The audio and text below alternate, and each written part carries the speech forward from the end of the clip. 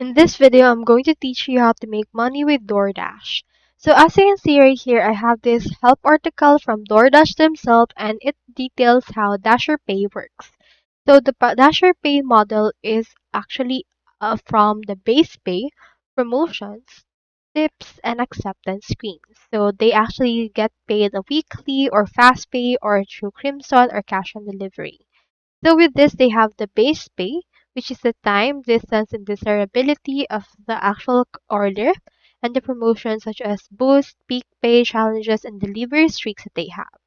Plus tips from customers, they earn 100% of the tips received by DoorDash on top of the base pay and promotions. This equals their total earnings right here. So to make money with DoorDash, you need to be actually a dasher, and in that way, you will deliver food to people. And with this computation model, you should be able to earn quite a bit. So that's all there is today. And if you have any questions, comment them down below. Thanks so much for watching.